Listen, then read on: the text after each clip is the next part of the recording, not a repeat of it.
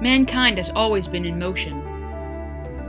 From horseback carriages, to the trolley, to the metro.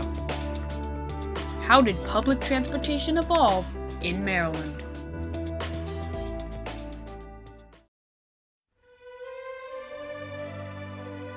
In 1888, Maryland was a place of great change. Horses, long viewed as inefficient and slow, were rapidly being replaced by the new and efficient trolleys. But it took more than the people's opinion to get horses off the street. In D.C., it was primarily Congress. And Congress, of course, determines a lot of what goes on in Washington, D.C. Congress mandated that all animal power be removed from the streets. And city governments all over the country wanted to do anything to get animals off the streets. And not only was it smelly and it was a nuisance, it was also a public health hazard because the droppings of horses and mules carried diseases. And you could trip and fall off a sidewalk into the gutter, scrape your elbow, and it could conceivably kill you. So there was a great drive to get horse-drawn vehicles off the streets and replaced it by some sort of mechanical traction. The replacement for horses was the streetcar, an electric vehicle capable of traveling great distances with ease. Before long, animals were gone, and in their place was the trolley.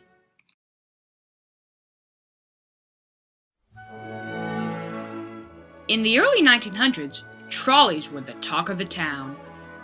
Their revolutionary new electrical system continued to amaze residents of Washington. A trolley, or streetcar, or tram, works by taking electricity from either an overhead wire, which is what we have here at the streetcar over the line, or in the case of Washington, downtown Washington, through an electric third rail that ran underground between the two running rails. Much like Metro uses third rail, electric pickup, although the third rail on the Metro line is off to the side. This was in the middle.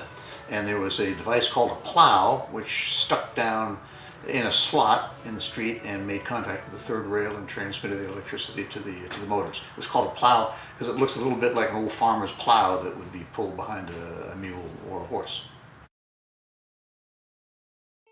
After World War I, America experienced an economic boom. Workers traveling to and from their jobs looked no further than the trolley for a ride, and it soon became the main mode of public transportation in Washington, D.C. The trolley was appealing to commuters and is still appealing to commuters, primarily because it can carry lots of people, more than a diesel bus. It was much smoother. It was a lot quieter, a lot more comfortable than a bus. It was certainly ecologically more. It was greener certainly than a bus. And to this day, if taken in a poll, people would prefer to ride on streetcars or trolleys than they would to ride in a bus. 1960 was the end of the line for trolleys. Cars, which had for so long outperformed and outnumbered trolleys, finally replaced them. The rails were dug up, the trolleys that traveled them scrapped and sold. Like the horses before them, trolleys were replaced by a cheaper substitute. Automobiles, private automobiles, became cheaper and more available, and the road system in the country was improved to accommodate automobiles, paving, national highways, that sort of thing. People naturally gravitated to private cars. It gave them more flexibility, more freedom. It was modern, they thought. And much more enjoyable than riding a streetcar that kind of lumbered down Main Street. Unfortunately, it essentially spelled the end of most of electric trolley service in the country. And the world moved forward to its next project, the Metro. Cheaper and more affordable than trolleys, the Metro soon became the world's favorite mode of public transportation. Well, metro systems are the same, run by electricity. The Washington Metro is operated by 750 volts direct current. And it's the same principle. Electricity is generated at a power station and then transmitted out along the line and picked up by the car as it moves across the tracks.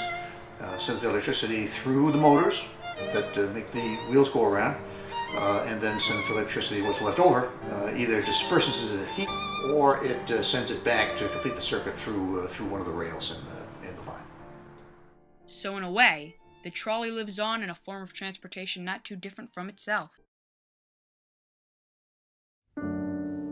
What does the future hold for public transportation? Humanity has been evolving and moving forward. These past centuries have seen the rise and fall of horseback carriages, of trolleys, and now the metro. But what's next?